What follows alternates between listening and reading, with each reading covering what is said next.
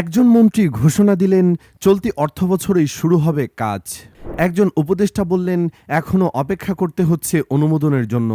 আর একটি রাজনৈতিক দল সরাসরি অভিযোগ তুলল, প্রধানমন্ত্রীর চীন সফরেও নাকি কোনো বাস্তব অর্জন হয়নি। একই প্রকল্প নিয়ে সরকারের ভেতর থেকেই আসছে ৩ রকম বার্তা। প্রশ্নটা তাই জোরালো হয়ে উঠেছে, উত্তরবঙ্গের কোটি মানুষের স্বপ্নের তিস্তা মহাপরিকল্পনা কি সত্যি বাস্তবায়নের পথে এগোচ্ছে, নাকি চীনের নীরব অনাগ্রহই থমকে যাচ্ছে এই মেগা প্রকল্প? আর যদি সত্যি দেরি হচ্ছে, তাহলে আসল কারণটা ঠিক কোথায় লুকিয়ে আছে? শুরুতেই দেখা যাক সরকারের ভাষ্যে প্রকল্পের অবস্থা কি। গত ২৮ জুন পানি সম্পদ মন্ত্রী শহীদুদ্দিন চৌধুরী অ্যানি স্পষ্ট করে ঘোষণা দেন, চলতি অর্থবছরে বহুল প্রতীক্ষিত তিস্তা মহাপরিকল্পনা বাস্তবায়ন কাজ শুরু হবে। তিনি জানান, প্রধানমন্ত্রী তারেক রহমানের চীন সফরের মধ্য দিয়ে এই প্রকল্পে চীনের কারিগরি সহায়তা ও অংশগ্রহণ নিশ্চিত হয়ে গেছে। একই সঙ্গে তিনি ভারতের ফারাক্কা সহ বিভিন্ন ব্যারেজের কারণে শুষ্ক মৌসুমে পানির ন্যায্য হিস্সা থেকে বঞ্চিত হওয়ার প্রসঙ্গ টেনে বোঝাতে চেয়েছেন এই প্রকল্প কতটা জরুরি হয়ে উঠেছে বাংলাদেশের জন্য। কিন্তু এই আশাবাদী ঘোষণার মাত্র কয়েক সপ্তাহ পরেই সামনে আসে সম্পূর্ণ ভিন্ন সুর। আসলে কি সবকিছু এতটাই সহজ ও নিশ্চিত? সরাসরি অভিযোগ তোলেন, তিস্তা মহাপরিকল্পনা নিয়ে প্রধানমন্ত্রীর চীন সফরে গিয়েও কোনো বাস্তব অর্জন হয়নি। এই সমাবেশে এনসিপির সদস্য সচিব ও সংসদ সদস্য আখতার হোসেন সহ কুড়িগ্রামের একজন সংসদ সদস্য বক্তব্য রাখেন, যেখানে তারা কৃষকদের ন্যায্য মূল্য না পাওয়া এবং তিস্তা প্রকল্পের অগ্রগতিহীনতাকে একসঙ্গে সরকারের ব্যর্থতা হিসেবে তুলে ধরেন। এখানেই তৈরি হয় সবচেয়ে জটিল প্রশ্ন। যদি সরকার নিজেই বলে চীনের সহযোগিতা নিশ্চিত হয়ে গেছে, তাহলে কেন বিরোধী রাজনৈতিক শক্তি একই সময়ে বলছে সফরে কিছুই অর্জিত হয়নি? দুটো বক্তব্যের মধ্যে এই সাংঘর্ষিকতাই কি প্রমাণ করে বাস্তবতা আসলে সরকারি ঘোষণার চেয়ে অনেক বেশি জটিল? এবার প্রশ্ন হলো, চীন কেন এত সতর্ক আর ধীর গতিতে এগোচ্ছে? এর উত্তর খুঁজতে হবে চীনের নিজস্ব ঋণ নীতির মধ্যে।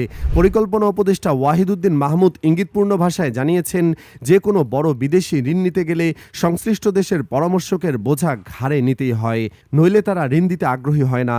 তাই এই মন্তব্য থেকে স্পষ্ট ইঙ্গিত মেলে, তিস্তা মহাপরিকল্পনার মতো প্রায় ১২,০০০ কোটি টাকার বিশাল প্রকল্পে চীন নিছক আগ্রহ প্রকাশ করেই থেমে নেই, বরং কারিগরি ও আর্থিক প্রতিটি দিক অত্যন্ত সতর্কতার সঙ্গে যাচাই করছে, যা স্বাভাবিকভাবেই সময় সাপেক্ষ প্রক্রিয়া।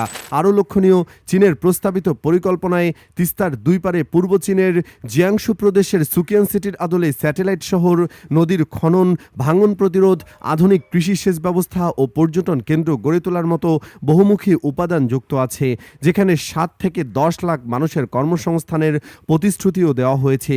এত বড় ও জটিল কাঠামোর প্রকল্পে চীনের সতর্ক অবস্থান তাই নিছক অনাগ্রহ নয়, বরং হতে পারে ঝুঁকি ব্যবস্থাপনারই অংশ। তাহলে প্রকৃত রহস্যটা কোথায়? গভীরভাবে বিশ্লেষণ করলে দেখা যায়, এখানে আসলে দুটো ভিন্ন স্তরের বাস্তবতা একসঙ্গে কাজ করছে।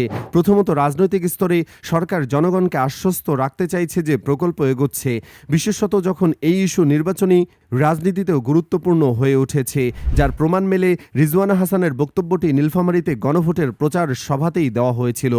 দ্বিতীয়ত, কারিগরি ও আর্থিক স্তরে চীনের বিশেষজ্ঞ দল এখনও সম্ভাব্য যাচাইয়ের কাজ শেষ করেনি।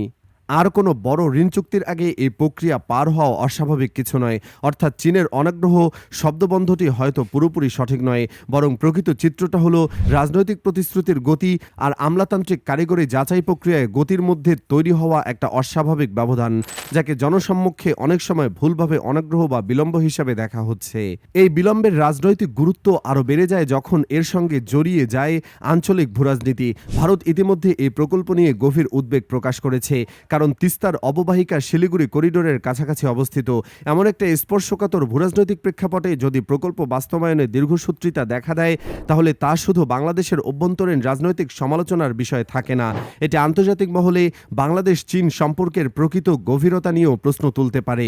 যদি চীন সত্যি দীর্ঘ সময় নেয় সিদ্ধান্ত নিতে, তবে প্রশ্ন উঠবে, বেইজিং আসলে ঢাকার সঙ্গে এই সম্পর্ককে কতটা অগ্রাধিকার দিচ্ছে, নাকি এটি তাদের বৃহত্তর কৌশলগত হিসাব নিকাশের একটি ছোট অংশ মাত্র? তাহলে দাঁড়ালো কোথায়? সরকার আশাবাদী, উপদেষ্টারা সতর্ক, বিরোধীরা সমালোচনায় মুখর, আর মাঝখানে দাঁড়িয়ে আছে তিস্তাপাড়ের প্রায় ২ কোটি মানুষ, যাদের কাছে এই প্রকল্প নিছক রাজনৈতিক বিতর্ক নয়, বরং বন্যামুক্ত জীবনের বাস্তব প্রত্যাশা। চীনের অনাগ্রহ বলাটা হয়তো অতি সরলীকরণ, কিন্তু সবকিছু নিশ্চিত হয়ে গেছে বলাটাও সমান বিভ্রান্তিকর। বাস্তবতা এই দুই বক্তব্যের ঠিক মাঝামাঝি কোথাও দাঁড়িয়ে, যেখানে একটি জটিল কারিগরি যাচাই প্রক্রিয়া এখনও চলমান। প্রশ্ন তাই শেষ পর্যন্ত থেকে যায়, চীনের বিশেষজ্ঞ দলের এই যাচাই প্রক্রিয়া শেষ পর্যন্ত কবে সম্পন্ন হবে?